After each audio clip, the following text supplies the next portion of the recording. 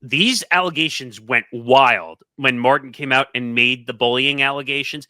It took over NFL headlines for weeks because it was such a big thing. This was way back when bullying was a massive problem, not just in sports, but around the country.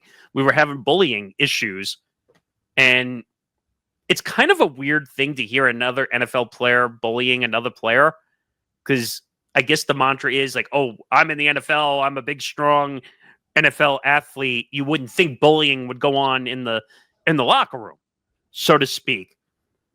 What before we go into this, what do you remember about that story? Yeah, I basically remember. Obviously, Incognito was a no nonsense, take no shit from nobody type guy, rough around the edges. But Buffalo Bills players loved him as a teammate.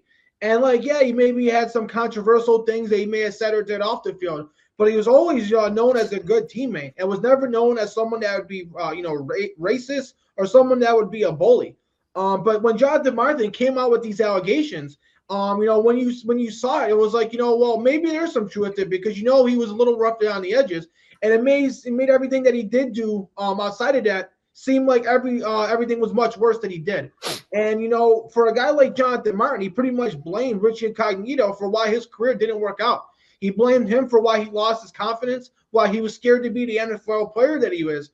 And now it turns out that was all elaborate scheme for him to put some blame and some justification of why he just wasn't good enough to make in the NFL long term. Him and his family and his agent decided like, hey, I'm not going to be able to make it. I'm on the verge of being the bust and being out of the NFL. I'm going to blame Richie Incognito for why I didn't make it in the NFL. Now I'll get some endorsements and some sympathy for it, and maybe my career won't be looked at so bad. I'm glad that the truth came out. But it's just unfortunate for Richie Incognito because, like I said, a guy that was known in Buffalo as a great teammate, this could completely ruin his character and reputation.